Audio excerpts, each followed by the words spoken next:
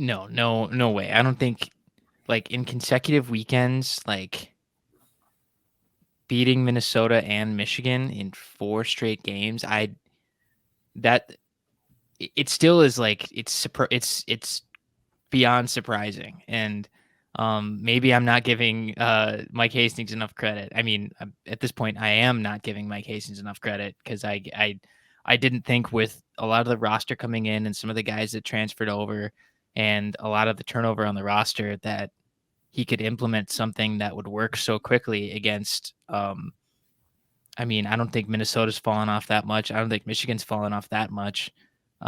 These are two teams that were in the Frozen Four last year, and if Wisconsin keeps this up, they might just be right back there. And I don't think that's too much of a joke at this point. Like Wisconsin is, until they prove us wrong at this point, they're a contend. They're like in contender category right now, because unless they have some, because they're beating the good teams handily. It's like they're not even just losing close games. It's like they gotta get blown out by like Alaska or something, or Anchorage. I should clarify.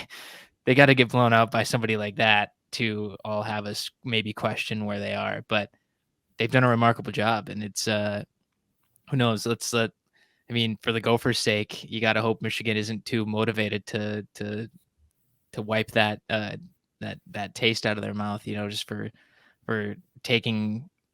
Not that I'm not sure that they took them lightly, but kind of losing to a team that at least coming into the year that you should say, all right, this is one of the few Big Ten teams we should have absolutely beat, and they couldn't do it. Minnesota couldn't do it. I think it makes Minnesota's losses look a little better, but it's just gonna continue to get tougher. Best conference in college hockey, 3rd year running. Nate, just if you're Wisconsin at this point, avoid Bemidji State in the first round.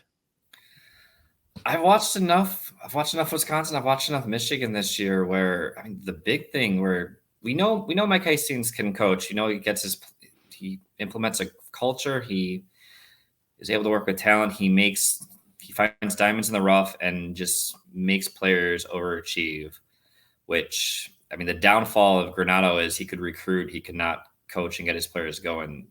The 2 best seasons that he had were the first season, and Cole Caulfield's kind of saving him for like 2 more, pretty much on his own during the COVID year, which was how Nate, it was.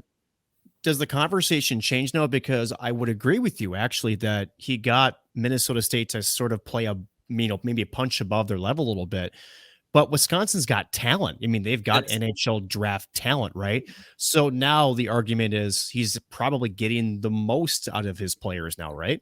Yeah, and it's kind of the same thing where you were seeing where it's why Bob Motzko moves from St. Cloud to Minnesota. It's why Mel Pearson goes from Michigan Tech to Michigan, where you're able to implement these systems and punch above your weight with talent that may not be the same recruiting level of a Minnesota or a Michigan or a Wisconsin.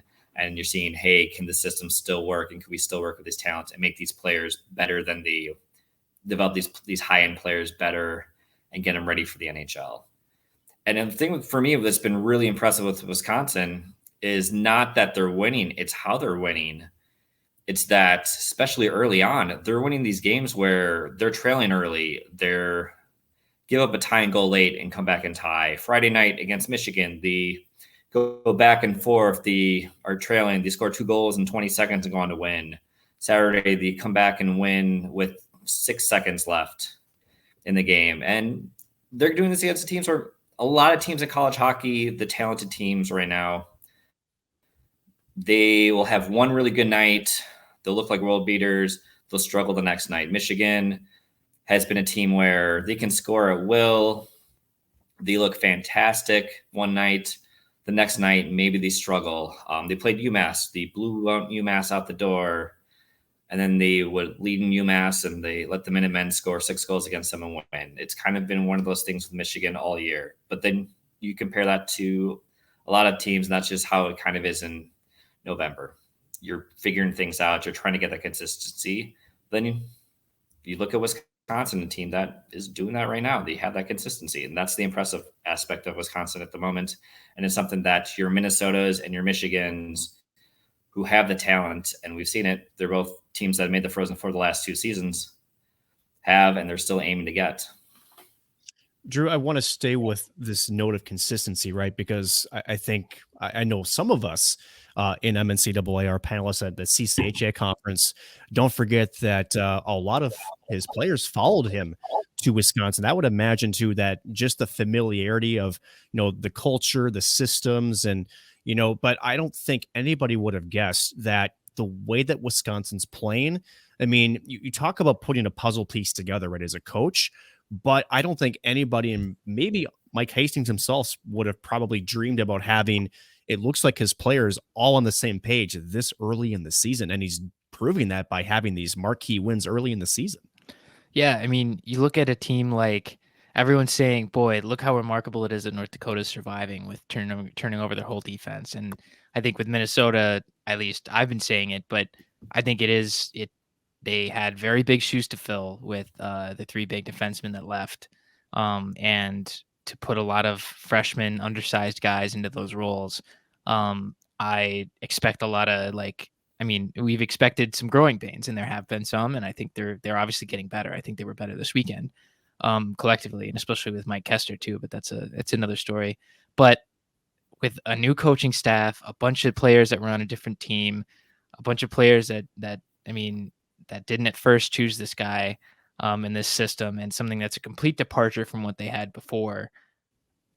A lot of people expected Minnesota to take a slight step back. A lot of people expected Michigan to take a step back. North Dakota was kind of not a wild card, but obviously they had the talent and the goaltending, but you had some question marks. And I think everyone, rightfully so, had a lot of question marks about Wisconsin, and they're just saying, you know what? Yeah, we don't really need that time that you guys say you need to figure things out early in the season. We'll just figure it out right away and just run with it. And that's what they've done. And it's kind of remarkable. It's really remarkable, because all the other teams are kind of following the same process that usually happens every year. It's like, yep, the Gophers usually have, when they have some turnover, it takes a little bit of time to get used to the system, get used to each other, the chemistry, all that stuff. And then they eventually figure it out, and it gets really consistent down the stretch. But yeah, if Wisconsin can keep this going, that's unprecedented. I don't think, not a lot of people could have seen this coming, except for maybe the Wisconsin roster, and Mike Hastings and his coaching staff.